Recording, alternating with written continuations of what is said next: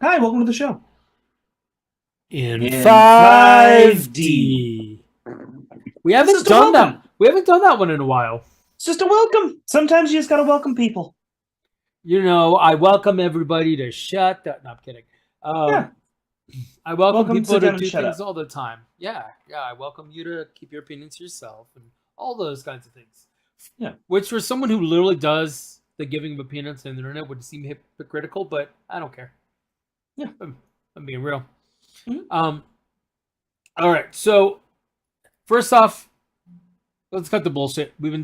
You and I have been internally talking about and looking forward to watching this show. I literally went through and rewatched the entirety of the original show, that '90s show. Thought we What were did you think talking of it? about pornography. Okay. Also, something from the '70s I sometimes catch. Watched all the originals. All of them. All All of them. of them. Yeah, Yeah. yeah, '90s show.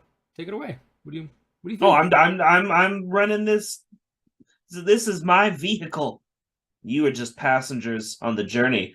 Uh, so actually, I want to double check something. I'm going to double check it live on air. So, as my wife and I were watching this, we were like, wow, spoiler to how I feel about this. It's so pleasant. Like, it just feels nice. It just felt like more that '70s show. And my wife looked it up. It's not doing very well. Apparently it's kind of being the one review I saw from the very helpful guy on Facebook Oh, was fun. feels too Disney, which I didn't really get any of that at all. Okay, I get what they're saying. I actually don't. I Okay. really truly don't. Okay, it looks like it's done better since the first like hour since it came out when a bunch of negative reviews hit. Before it was sitting at like a 6 out of 10. Looks like on Rotten Tomatoes at least. It's sitting at about a 75% for both audiences and critics. And you know what? I'll take a 75% for this. I will. Yeah. I'll take it. So let me. So I had a very similar opinion, and I was worried because I was like, I don't hate this. What Yeah. am what is it that I'm why is this weird? I'm like, why does it feel like such a departure? And then here's what I realized. When that '70s show came out, the kids were supposed to be teenagers, but they all looked like they were in their mid-20s to begin with, right? Yeah. That's the biggest difference. This cast actually looks like what teenagers look like Mhm. versus the original cast. They all look like what 18, 19, 20 year olds look Except Mila like. Kunis was 14. Right, 14 or right. 15. Fair enough. But like generally speaking, She does look like it though. She looks very young. yeah, she does. And she was supposed to be the youngest of the crew to Yes. begin with there. I think that's the biggest difference. I think that's also why a lot of folks feel like this is very Disney Channel kind of the shows. But Um, okay, if you're going to say a show is too Disney Channel just based on the way the cast looks, you're already making an opinion informed on nothing and is absolutely worthless because the content of the show is very not Disney Channel friendly. 100%. I there's pot smoking. Spoilers. If y'all saw the original, you knew it was coming. Right. Um, yes, There are some other drugs throughout the show. correct. Yep, a rave is mentioned. Right. Like I will say though that while they're doing a great job, I wonder if it's putting people off. Where it also does feel like a '90s sitcom. Like Which I also think is that's kind the of point. great. Yeah. Yeah, So but I wonder how much let's that's dive into this. contributing. For anybody who hasn't seen it yet, it is a direct continuation of that '70s show. We're skipping and pretending like that '80s show never happened, which is fine. It was not connected to that '70s show, or at least if there was a small connection, I never saw it. Yeah, It was just an unrelated show set in the '80s. It was really bad. This is a direct continuation of that '70s show. It features Donna and Eric's kid coming back to Point Place and spending the summer with her grandparents, Kitty and Red. correct. Also, honorable mention, it does have Kelso and Jackie's kid. Yeah, well, okay, spoiler, I guess if we're gonna throw it out there because it is kind of a reveal. We meet the character before we know that is his lineage. Oh, really? I thought it happened in the same ep. My bad. It's the same ep, but it's specifically you meet him, and then later you find in the episode you find out that he is a Kelso. Oh, I thought he was from the beginning, but fair enough. Nope. Maybe I Nope, was just not. clued in on it. I'm not sorry, everybody. That's why Ashton Kutcher pops through the door and yells "burn" because it's a surprise that he's. Oh, I thought it was just him being a jackass because it's Kelso. Nope, nope. So Eduardo's spoiling the show. Anything else you want to tell Oh, everybody the ending? Actually, there was there. You actually saved me from a spoiler, and I guess we should throw that out there on here. The first episode, for some reason, the last like 2-3 minutes is just like a hey, here's a bunch of stuff that's going to happen on this show later this yeah, season. I'm like, this is Netflix. I'm going to watch the rest of this season right now. yeah. It's that kind of thing where I reached out to Bonds. I was like, hey, like, I've just stop when the credits start because Yeah. there's a vignette at the end, and it wasn't like a quick 30 seconds either. Like that No, it's motherfucker like 2-3 went on. minutes. Yeah, and there were like flashes of things that I would have rather enjoyed for the first time in the episode that they were coming from and not have seen. Yep. Yeah, I'm not gonna say what because then I'd be doing the same fucking thing again. I said again. So let's talk a little bit about. Well, okay, do you want to do where the returning cast is, or do you want to introduce the younger cast? So let's talk about the younger cast because I think they need to be the star of the show, even though I didn't feel like that was the case. Yeah. Well, I will get into that, but I feel like we may feel differently about it. So, you have Leia, which is Eric and Donna's kid, Mm-hmm. who's staying with her grandparents. She meets her new best friend and now next door neighbor to Kitty and Red. Oh my God, I'm forgetting her name. Yeah, you're asking the wrong person. Names. Maybe we should just have you have this kind of stuff up ahead of time. If we were prepared, yeah, that'd be a thing that we. Yeah, maybe if we had done a couple episodes in the past and generally were more prepared for things. Gwen, Gwen. best friend and next door neighbor, Gwen, who also has an older brother, Nate. Yes, half brother. Oh yes, older half brother Nate, It's and then they important. also hang out with Nate's girlfriend Nikki. Correct.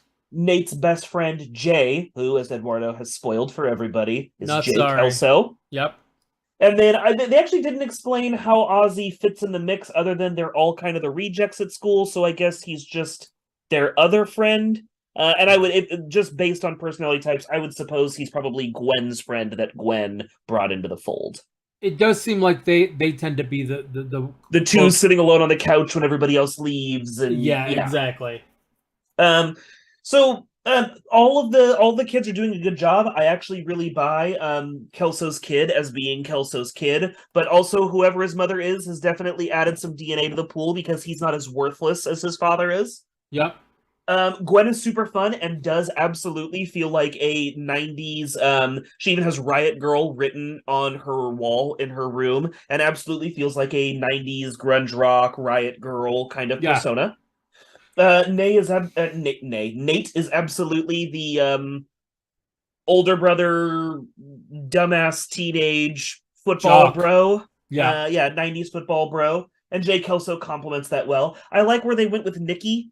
Nikki is sort of the Jackie of the group, but without being an absolutely pretentious rich asshole. She's a little more like, no, study. Your future is important. We can all have fun and we can all do fun things, but like at the end of the day, school's important. But with this, what I felt was this like underlying attitude of I know I'm slumming it with y'all.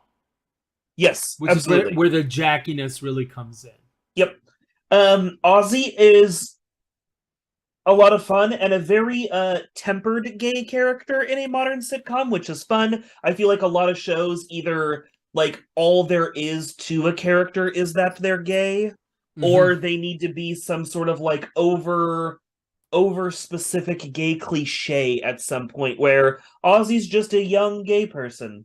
Yeah, and like there are times this was a conversation we were also having, but there are times where I feel like I don't know if it's being developed into the character, but it's like he turns it on at times, that like extra sass factor. And I'm actually interested in finding out is it because they're writing him that way, or if it's just the actor's interpretation. I'm like no judgment, legit figuring out what's interesting because I'm not going to spoil it, but there was some character development that happens Yeah. not just with his character, but interactions with other characters as well. So I'm just curious to see where there's going. I am kind of hoping that they do another run, but Yeah, I'm really hoping it at least gets a season 2. I think that would be a lot of fun. yeah, for sure. Okay, so there's the kids. And, Overall, and, and all doing a good job. Like, I yeah, didn't have a particular problem with anybody. I think everybody brought it, did what they needed to do. It all worked. It worked very yeah, well. it is they're a little bit more over dramatic than the other But the so were kids in the 90s. and that's kind of what I'm feeling. Like it's it's very Nickelodeon show that we grew up with, but yeah, it's a '90s sitcom. That's yeah. Yep. It's only gotten worse since then. If you watch Disney Channel now, anyways, So, in the returning cast, I would say up front, and actually, if you look on IMDb, they are top cast. And I will also mention they were producers on the show as well. So, that probably explains some of the tonal shift, but this show does feature a lot of Red and Kitty. I will say, going back and rewatching that '70s show, I did notice in later seasons, yes, Red and Kitty are much bigger characters. I would say this is maybe even a little more than that, but I like it because it does kind of feel like that whole a lot of shows these days are developed so like parents and kids can watch it. I feel like our generation, having grown up with that show, can now kind of watch Red and Kitty uh yeah. and have more interest in what's going on in their lives, which is why it's like okay to have them a little bit more in the forefront than they were. Well, and I also saw this meme that I tended to agree with. It was when I was a kid, I got along and I thought Red was a hard ass. Now, as an adult rewatching the show, I think that he needs to get a kick in the ass. Eric needs a kick in the Yeah, ass. exactly, Yeah. Eric, not Red. But yeah, so that show grew up with its audience. I feel like this show has a little bit for everybody. Yeah. Yeah, and up front, you don't need to go in looking at one thing and growing into somebody else. You can just absolutely pop in. For the rest of the returning cast, well, I think a Let lot of people knee jerked and said everybody was back but Hyde. Let's just get that out of the way. He's not in the show and it's not brought up, so there's no need to talk about it. yeah, Done. cool. I would still say not quite everybody is back. There are some key players that don't make a comeback. So Donna's mother, Yeah, not that back. was gonna be impossible. Oh, did she pass? Yeah. Oh, I did not know that. Unfortunate. Yeah. Recent as in last half of last year, I believe. Oh, wow, that's really unfortunate. Yeah. Okay. Which is also, well, this character was recast before the original passed, but Lori was also never even mentioned. Yeah, The the original original actress lady. for Lori passed away a while ago, Yeah. but she was Unfortunately. recast during the run of the show, but still didn't make a comeback. Yep. There was Um, some throwaway comment as well, I believe. about Lori? About Eric's sister.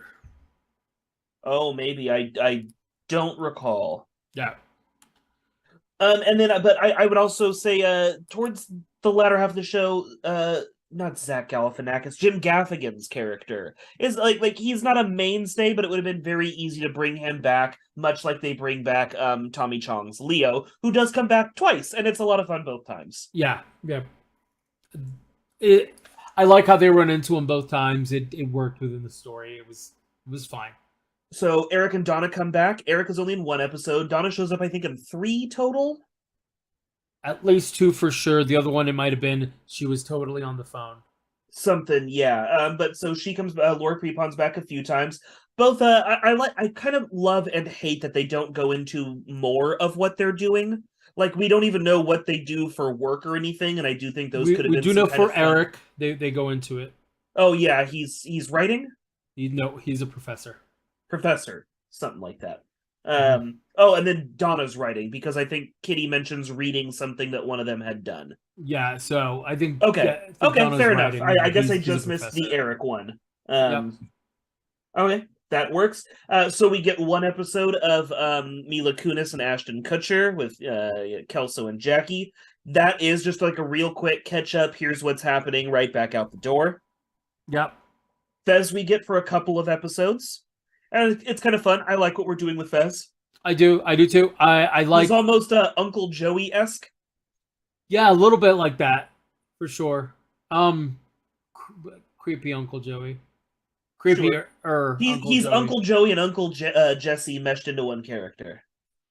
Yeah, actually, that's weirdly accurate. And then we get Don Stark back as Bergen Bob.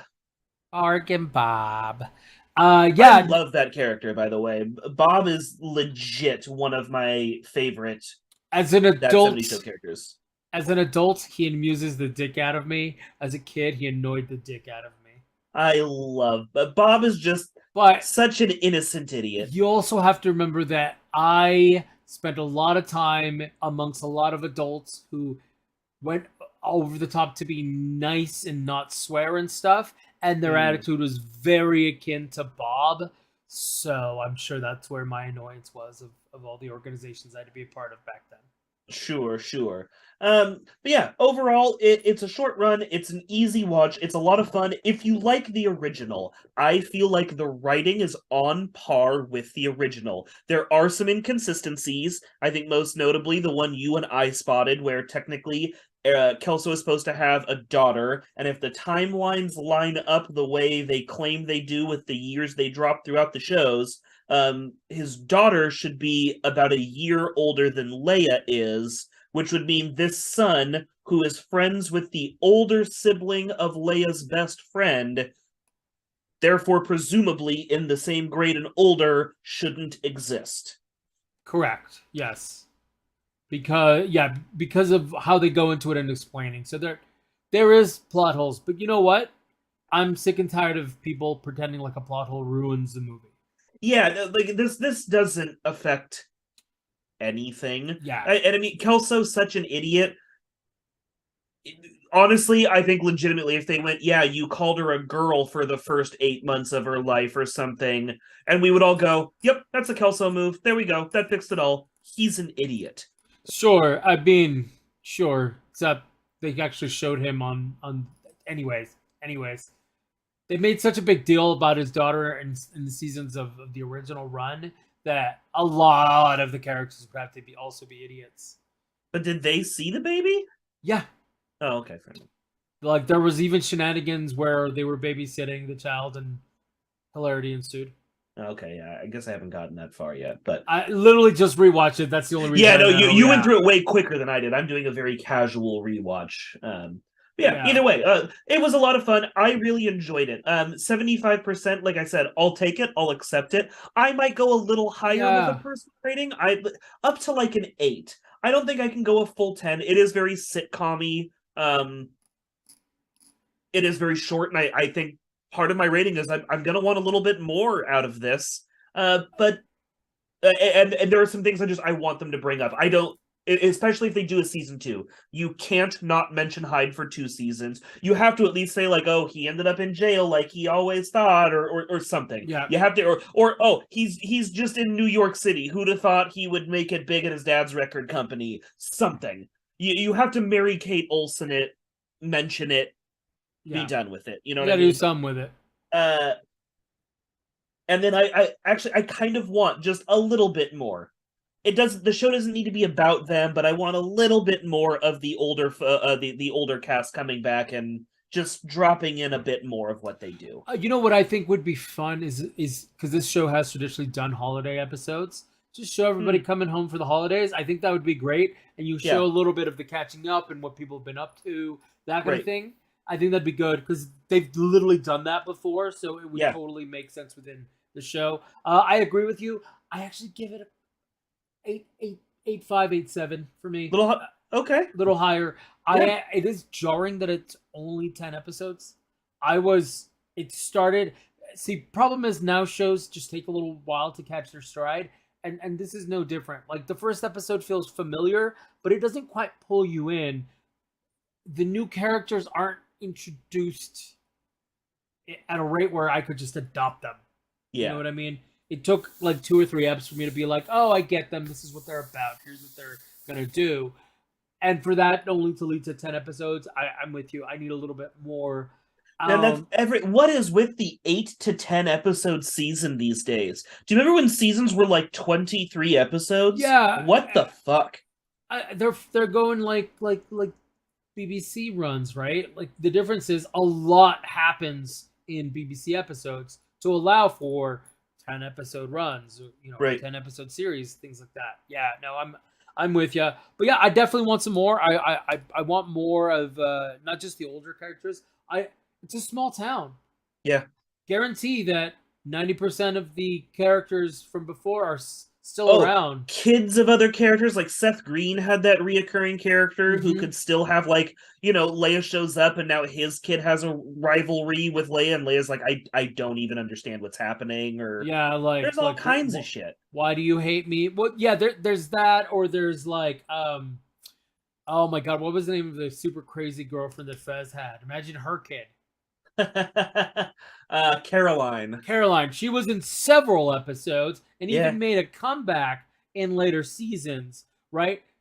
Oh, by the way, I don't want to ruin it, but one of my favorite rivalries is back, for at least for a little bit, and Oh yes. I died. That Super fucking random. killed me. Killed me. And how they resolve it, it was solid. Yeah. Solid. Yeah, I agree. They should bring more folks back. But yeah, solid 8.7, 8.5, All right. out of 10. All right. So I'm gonna keep the ball in your court because Ball. I also want to. I don't even know anything about this. High on Ball. Life. Oh, Is it a game? Is it a movie? What are we talking about? it's a game, and it Okay. is a little awkward to talk about because this is one of those times where the person who made it is in a little bit of trouble right Oh now. And so boy. now, your participation in liking this is also suspect. So this is from Justin Fun. Roiland, creator of Rick and Morty, Oh, that's who, fun.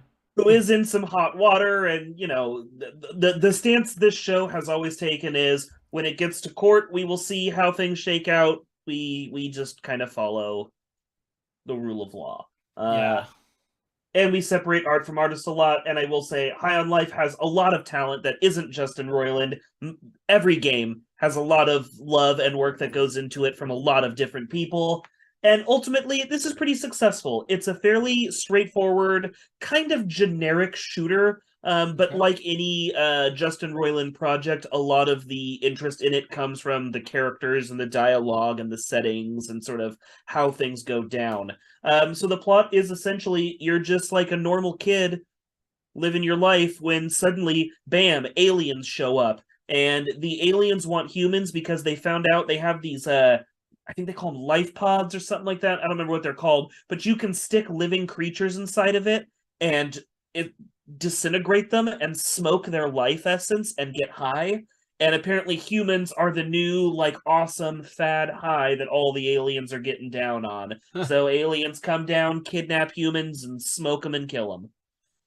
So you partner with the little alien that you can see right there. He is a Gatlian. They are a race of sentient, talking gun aliens, and their planet was destroyed by the same creatures. By Okay. the same, they're called the G3 gang. They're a gang of aliens who show up and do Okay. this. The plot is super wacky. It's super ridiculous. The game is pseudo famous for having to release a patch only a few days after the game was created that gave you a toggle for how much your guns talk, because apparently a lot of people found it annoying how much your guns talk to you while you play.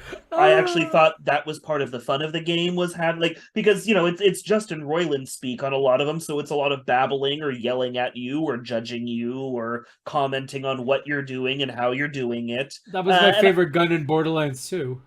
so this is a whole game of that. Every gun talks to everyone, has a unique personality. The voice cast for the guns is a lot of fun. It's got like DB Smooth and oh my Uh-huh. god, I can never remember her name, but once you hear her voice, you will immediately recognize her. The game was a lot of fun. There's a lot of really funny bits in it. Like I said, the gameplay is a little generic. I actually also had some problems with the sound design. I just felt like the sound was coming through so flat. I had a hard time, like when something was talking to me, finding where they were or who it was that was actually talking, which is strange because it's such a multicolored, bright, multicolored game. You would think any of that would stand out. And for some reason, for me at least, it just didn't. I had a hard time going like, "Ooh, who the fuck is talking to me right Yeah. now?" So that got a little ridiculous at some parts. Some like logic puzzles. Each of your guns has a secondary shot that like does a something, and there are puzzles for every secondary shot. To one of them shoots at a disc that'll bounce around the field and cut up enemies. But if you stick it in certain kinds of walls, you can use your little like whip climb and whip your way up to it and climb up the wall with Okay, discs. okay. Or you have your gun, his name is Creature, and Creature fires at his little guys. Man, he loves his little guys. His little guys are great, and basically they're just little minions that run around and bite enemies. Does he Or you cry can when they shoot him. die? He says he feels very sad that they have micro lives, and he'd be a lot happier if they could maybe survive for like 1 minute. He wouldn't be crazy enough for like 5. He knows that'd be too much. Uh, these are all like real things they go over. No, I figured. And then his little puzzles, like there'll be like these tubes or things, and you can fire his guys into tubes, and they'll go and flip a switch for you or whatever. So a lot of little logic puzzles like that. I will say though, my favorite feature in the game, I'm actually going to do this with multiple things.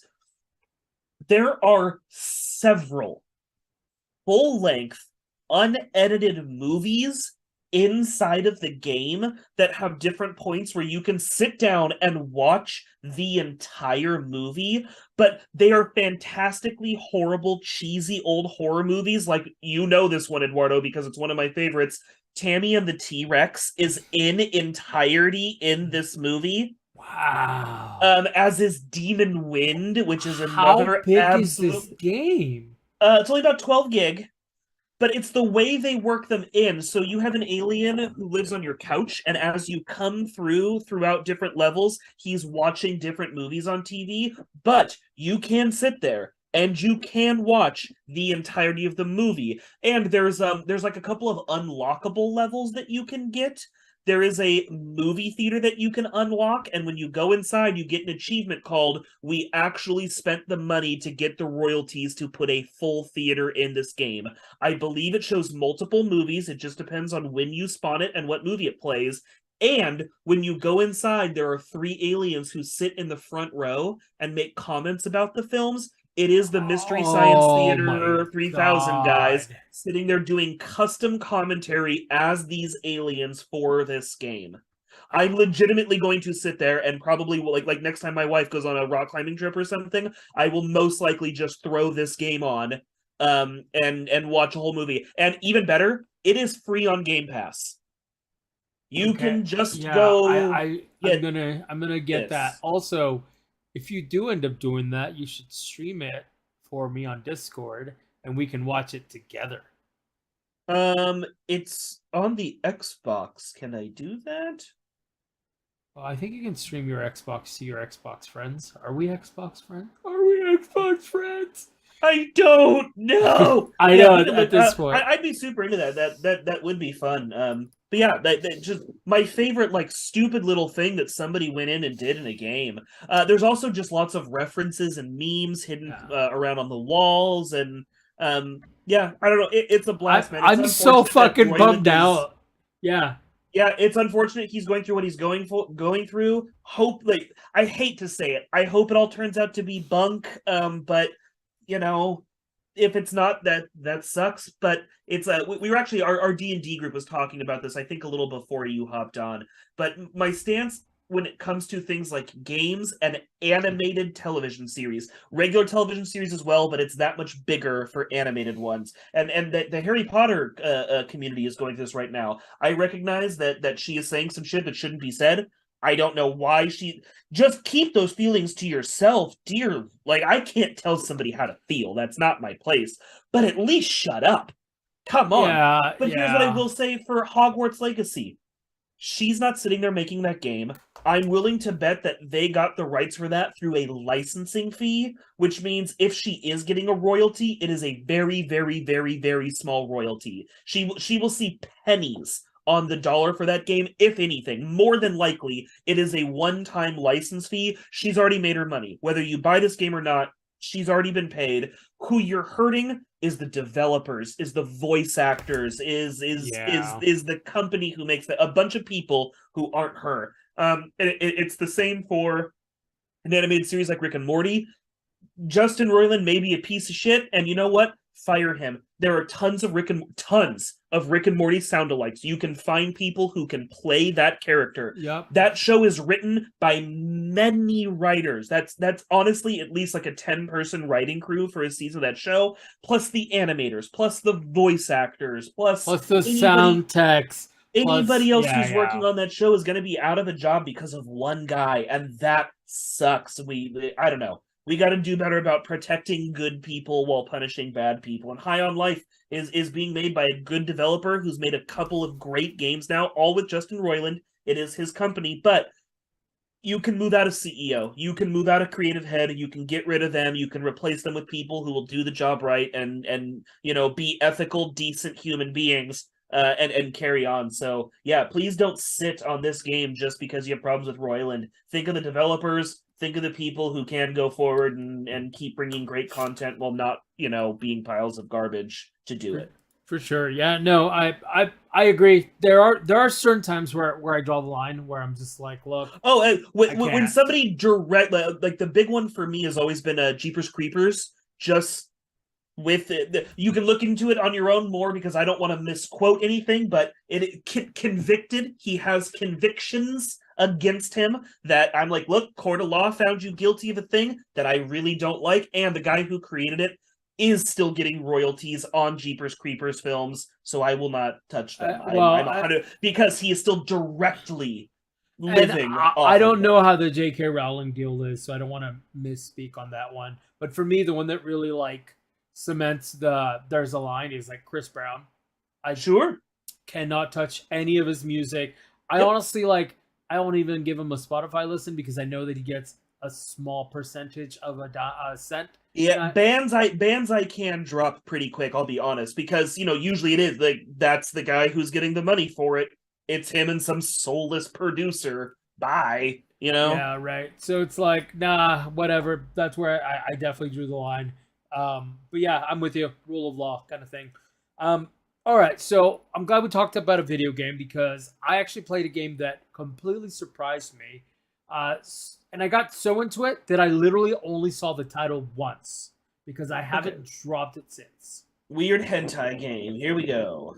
Yeah, boy. No, it's called Ghost Song. Is that how he lost his hand? Weird hentai game. No, it's a canon that you may or may not stick your dick into. I mean, whatever you're into. Yeah, you gotta do you. So let's just throw some shit out there because we got to do it now. It's genre-wise, it is a Metroidvania for sure. Okay, you have me in. And so here's the deal. I'll give you the quick story. You wake up in this planet on the surface in a spacesuit, or maybe you are the spacesuit. Is the question that gets asked a lot. And I've sunk 10 hours already, 8 to 10 hours into this game, and I still don't know the answer. But you're not the only survivor. It seems like it's revealed fairly early. The planet had or has some sort of field that makes ships crash. And so as you're walking the surface, you see literally ships in the background that have crashed, and you're in these forests. And you start exploring underground and, Metroidvania. You explore, you find some mini bosses, you find some big bosses, unlock modules. The way that this works is as you start leveling up, as you kill something, you get this essence from them, energy, and you get to spend it in an upgrade area. Instead of the giant bird-like things, they have these broken down robots that you can upgrade stations. And your first upgrade to get to level 2, you can choose one of the 3 categories. Categories are health, they call it something else, gunpowder, so your damage, and the third one is resolve, which covers two things. It covers your stamina because there are certain things like your melee that will absorb stamina. Losing interest. But again, you never have to melee if you don't want to. Fair enough. And, like there are certain barriers that will require maybe a melee, but other than that, I literally only use it if my weapon is overheated and there's creatures too close. But other than that, I'll touch it. And then so it covers that, and it also covers your instead of magic power, MP is module power. As you go through the different parts of the world, defeat enemies, you get these modules, and they cost X amount of energy to run. And you can swap them out in and out as you see fit, so you can kind of change your build up depending on what the boss is requiring or the moves. There are certain modules that give you like additional weapons. So obviously, as you unlock things, they'll break different barriers. Very Metroidvania style. I'm loving it. I'm having such a great time. The graphics themselves aren't like amazing, but they're up to date. They're not pixel graphics. I enjoyed it. So far, I haven't had any glitches. I just played for close to 8 to 10 hours. It is a fun game. It was also, I think I got it for sub $10 in the Steam sale. It is a fun game. A couple of the mechanics is you have your main cannon and your alternate fire. Those modules do the alternate fire, and you can swap it up. Like one of my favorite weapons that I was able to unlock is you defeat this goo boss, and you get a gun that shoots little goo guys. You know, your typical like slime monsters. Sure.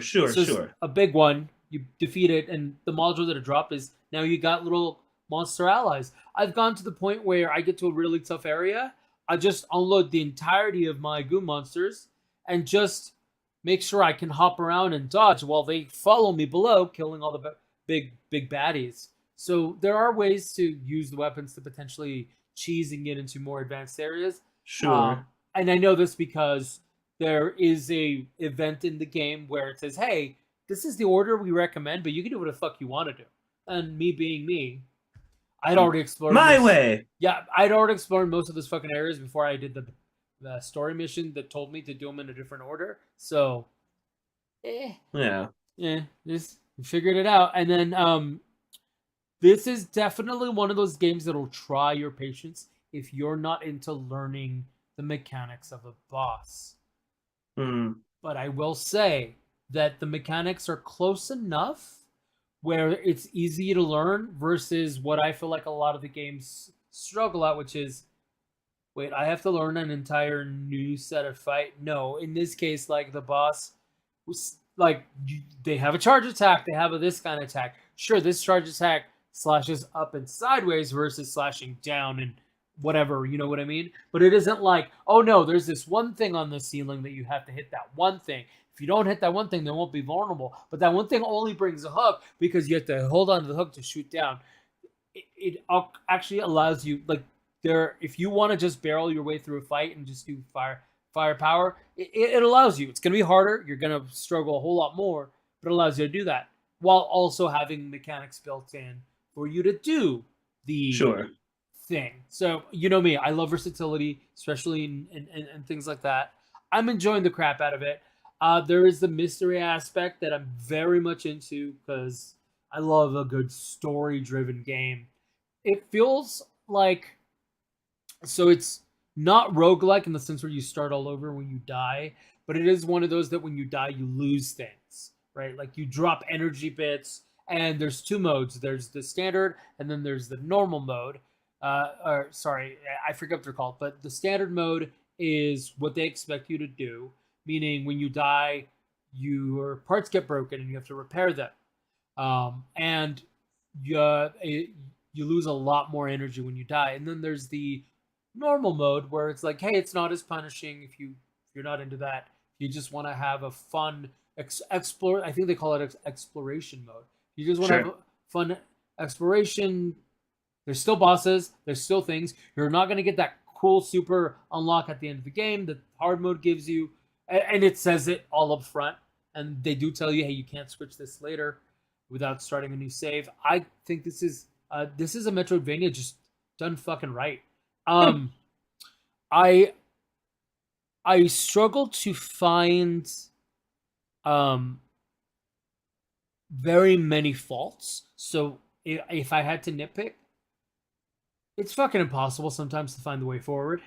You just get to a point and you're stuck because there's no sort of guidance. Certain enemies will drop certain modules, but I've started to notice that there are modules that you need to move forward in the game, such as wall jumps or double jumps, things that Sure. happen in Metroidvania games all the time. But there's no there's no way of knowing where you'll get that because it'll be like, oh, this area, these types of enemies will drop this module, but you have no way of knowing that. So if you just go through the area and don't kill a bunch of them, and you're just trying to get to somewhere else, you never know that that's where you're missing the module. There are certain ones that are like specifically behind bosses, but yeah, it's not the most intuitive. But maybe that's just me being lazy. I don't know. The more and more I play games now, I don't want you to spoon feed it to me, but I shouldn't have to solve a fucking Rubik's Cube just to get a clue as to what the fuck I need to do next, Yeah. is my whole thing. So again, nitpicking, that's probably it. Oh, I forgot to mention the level up system. I got into it a little bit, then went off on a tangent. So let's say, as an example, your first level up in any one of the three major components is 500, energy. Well, level 2 is going to be higher and higher and higher. So if you don't level up properly from the beginning, you might actually end up being higher level and having to expend a lot more energy for some base level like health if you didn't upgrade your health enough in the beginning, right? So it is something to keep in mind. I didn't hate it, but again, it's one of those things where if you don't pay attention early on and don't catch it that it's getting more expensive, not more expensive per, but altogether. See, originally I thought it was like, oh, the first level of each one of these upgrades is 500 energy. No, it's 500 energy, choose one of three. Then 1300 energy, choose one of three. That kind of thing. Yeah. But yeah, still a very solid game. Yeah, 4.7 out of 5. What platforms is it out on? So I have it on the Steam Deck for sure. So it's PC. I don't know if it's on the Switch, but I believe I've seen it on Game Pass. But Okay. I can totally look that up and get back to you. PC and Game Pass. Yeah. The official word from Eduardo. If it's wrong, send your complaints to Eduardo. All of them. Send them all. No, so it looks like it is literally all platforms. Windows, Switch, PS4 and 5, Xbox One, and XS. The only thing it doesn't have here is like any of the, ones we don't really talk about, like Linux or Ouya. Oh yeah. Yeah, that's not even in service anymore. Yeah, that thing's dead. Yeah, it's very dead. Which is weird because it's just a little box that could have been what the Steam Deck was, and it just wasn't. Yeah, it just didn't work out that way. I'm glad I own one. Yeah, I also have a game deck, which I've literally powered up once and was like, I will play none of these games because they're all mobile games. Okay. Bye. Done. Yeah, exactly. But yeah, no, solid game. I legit think you would enjoy it. Your gun heats up a little bit, but it doesn't stop firing. It just does less damage and fires slower, which I really enjoyed. So yeah, there you go. No heat sinks is the thing that really upset you. Heat sinks? Yeah, from Mass Effect 2. Oh, ugh. Exactly. All right, so we are right at about time. I'll just mention it really quick because it's a thing that I did. I have been told over and over again by the D&D crew, by a bunch of my work friends, that I need to give this show another chance. And here's the thing. I've given it, at this point, it's 3 chances. I tried it at first, just it wasn't hitting. It just I couldn't get past the why are any of these idiots in jail originally when I first started watching it, and then moved on. I tried again a couple years back, but it wasn't very good gym viewing. Mhm. So I had a hard time following it because you really have to pay attention to the show. Yes. You miss things happen like this, so you miss Yeah. a lot if you're not necessarily full timing it, but at least keeping one ear on what they're saying or Right. the random shit that's happening.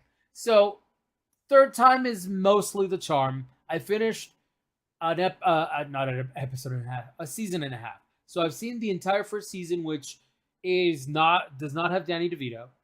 Right. Danny DeVito comes in season 2, Yep. and it really changes the entire dynamic of the show. It really does. And I don't even want to say that's when it really hits its stride. Like clearly No. it does, but it didn't not have stride in the first season. He just adds this element that really puts it over the top. Yeah, so I honestly think that it was great that they brought him on because I don't think they could have continued season 2 like they did season 1. Because season 1 was The show would not have done as many seasons as it's done without him. exactly Yeah, absolutely. because season 1 was all about Edge. And this Yeah. is one of those shows that even though it is still to this day some of the worst dark fucking comedy I've ever seen on television, it has actually changed and evolved as the times have. Not as much as everybody would have liked, but that was kind of the whole point. I honestly, this is an absurdist dark mirror. Yeah. That's 100% what this show is. And now Yeah. that I can look at it with a little bit of separation, I can totally see the charm. It's not God's gift to fucking sitcoms. And that's the hardest thing for me getting into the show because I had the similar experience of you. I didn't get it, but I think it's because It's Always Sunny fans are a lot like Rick and Morty fans. They just act like it's the greatest, most hysterical show. Where I truly remember our friends back at the apartment tried to get me to watch a season with them, and I sat there and watched a season. And going back and seeing that same season now, I'm like, you guys were laughing at things that weren't even jokes. Yeah. Just literally, they could say anything and you laughed at it. It's impossible to watch and get into the show with a hardcore fan sitting next to you. It can't be done. Oh, yeah, maybe that's what it was because there were moments where I was like, "Oh, holy fuck!" Dude, just Frank and Charlie really get into a mix as you get further into the show that takes it down some scary paths. But you know what's really weird is in the beginning, they're not all bad people. In the beginning, it's about 50-50, and the characters, they just get broken by the other two characters. Yeah. And really just get dragged down. They just, and not like dragged down to their level. They get beaten into, they break not just their bodies, literally not just their bodies, they break their fucking spirits. Yeah. And now it's almost like a disease that begins to spread. General lunacy. I believe their method is like we're the friends, we're all be there for you, and they were friends who were always going to help each other. Their actual approach to the show was these need to be friends who can never be there for each other. They have to constantly drag each other down further and further. When we talk about, have you gone to the crack episode yet? Yes. Jesus Christ! It doesn't go away. What? It comes back several times because crack addiction comes back. Yeah. Well, and then there's the gay bar episode yes. where this is the problem is that this is the exact type of writing that you and I would do. Yep. That's the problem because I totally get it, but this can't be done again. No. So that episode in particular, so for context, there's an episode where this is a show that's been out for a very long time. Yeah. Where Spoilers. one of their friends is a promoter and brings in a lot of business to the bar that they own. But what they don't know is that the promoter is gay, so turns it into a gay bar. Long story short, shenanigans happen. The the personal flaws are completely shown on the on not the table, on the thing, on the screen. Ugh.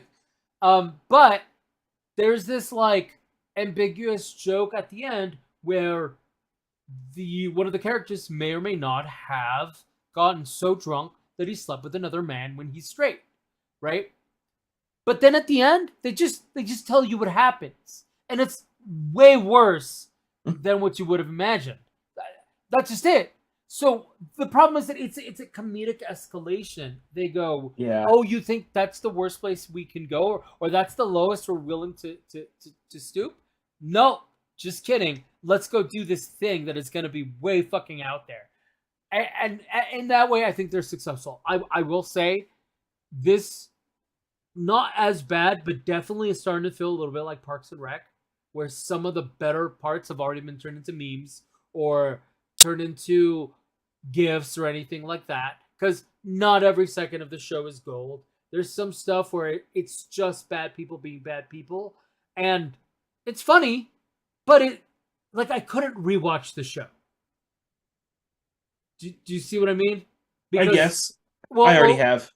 No, I mean for those pieces. Oh, sure. They add fucking nothing. At that point, I'm rewatching it for the big set pieces. Yeah. So, as opposed to like 70s show, some of the them just hanging out shit part is fucking hilarious. Yeah. As opposed to this, right? So, sure. Yeah. I don't know, man. I don't even know what to give this. Because the problem is, the higher the rating, the worse. You're not far enough in yet either. In a show with 13 seasons and you've done a season and a half, you're not far enough in. All right, so I am withholding my rating. There you go. But yeah, okay. I will leave you with no. There's supposed to be biceps. Nice. Check us out Monday nights 7 to 8 Pacific on YouTube in 5D podcasts. Tuesdays we're doing twitch.tv/Metagame Network multiplayer night. A couple of those haven't worked out, mostly because I don't have a way to stream properly at the moment. A game. Working on fixing that. Anyways, final notes for the group. You can buy a gallon of Alien Cum and High on Life. Why just a gallon? Okay, bye.